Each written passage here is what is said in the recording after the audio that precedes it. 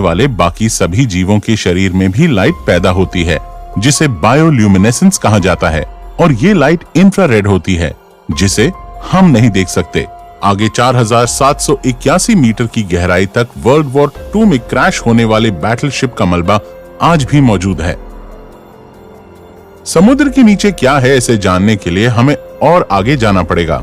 और आगे 6000 मीटर नीचे की गहराई पर समुद्र का ऐसा हिस्सा शुरू हो जाता है जिसे हडल जोन कहा जाता है।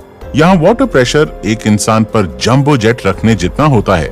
इससे 6500 मीटर की गहराई तक यूएस नेवी की रिसर्च सबमरीन ही जा सकती है, जिसे DSV एल्विन कहा जाता है, और ये वही सबमरीन है जिसने टाइटैनिक को खोजा था।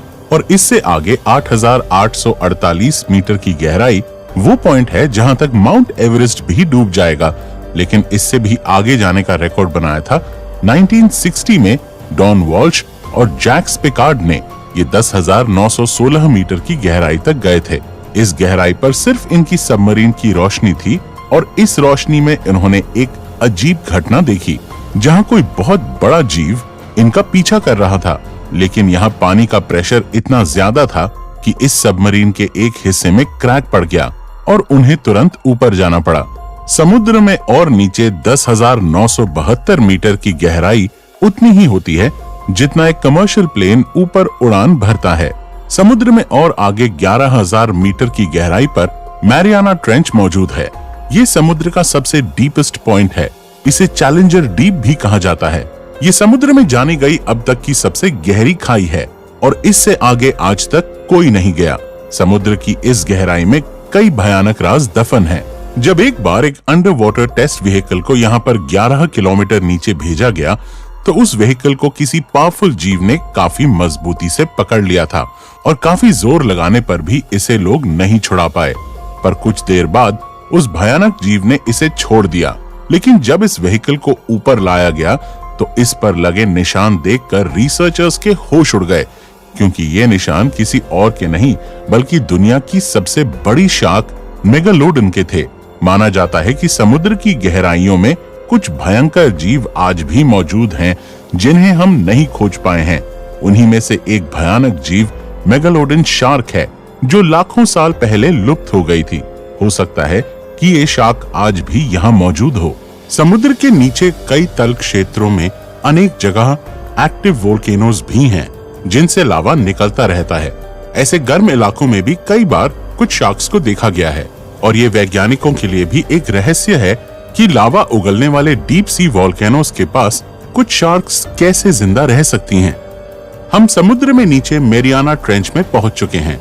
ये अब तक एक्सप्लोर किया गया समुद्र का सबसे डीपेस्ट पॉइंट है, जिससे आगे तक कोई नहीं जा पाया है। अभी तक हमने समुद्र के 5% हिस्से को ही जाना है, पर एक सवाल अभी तक बना हुआ है कि आखिर समुद्र के नीचे क्या है। अगर आप सोच रहे हैं कि समंदर के नीचे कोई विलुप्त सभ्यता, विलुप्त शहर या सोने चांदी के सिक्के मिल सकते हैं, तो आप गलत हैं।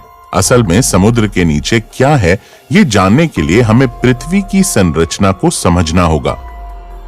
पृथ्वी की संरचना में कई लेयर्स हैं, जिसमें सबसे ऊपर की लेयर को क्रस्ट कहा जाता है, जिसमें हम, आप और सभी जीव जंतु रहते हैं। इस लेयर की मोटाई 5 से 10 किलोमीटर है। इसके बाद मैंटल की लेयर शुरू हो जाती है। क्रस्ट की 1 किलोमीटर की गहराई में नेचुरल ऑयल जैसे संसाधन पाए जाते हैं। पृथ्वी के इतिहास में जब एक बार समुद्री जीव खत्म हो गए थे, तो समुद्र की तल क्षेत्र में उनकी डेड बॉडीज लाखों साल तक डिकम्पोज होकर नेचुरल ऑयल में तब्दील हो गई थीं। लेकिन समंदर के नीचे सिर्फ नेचुरल ऑयल है, ऐसा कहना सही नहीं होगा, क्योंकि समुद्र के नीचे कुछ और भी है। आपको ये सोचकर अजीब लगेगा कि समुद्र के नीचे नदियां कैसे हो सकती हैं। समुद्र के नीचे क्या है, इस रहस्य को जानने के लिए वैज्ञानिक काफी समय से रिसर्च कर रहे थे, और वैज्ञानिकों ने मेक्सिको के समुद्र के नीचे एक नदी की खोज की। रिसर्चर्स ने इसका नाम सिनोट एंजेलिटा रखा। ये नदी कई जगह समुद्र के नीचे 115 फीट तक भी बहती है, लेकिन इस नदी का पानी पीने लायक नहीं बल्कि खारा है। इसी नदी की तरह ब्लैक सी के नीचे भी दुनिया की 6ठी सबसे बड़ी नदी मिली थी, जो समुद्र में 100 फीट नीचे बहती है।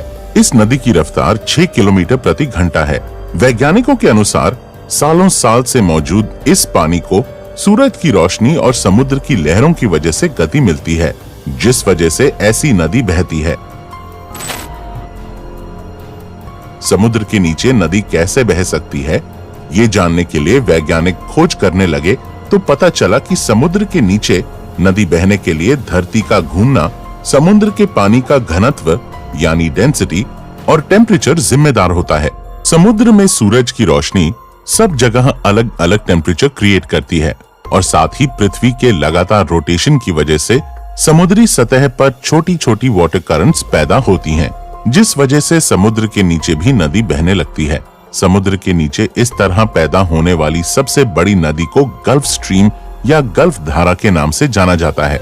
ये नदी इतनी बड़ी है कि अगर दुनिया की सभी नदियों का पानी भी मिला दिया जाए तो भी ये इस नदी के पानी से कम होगा।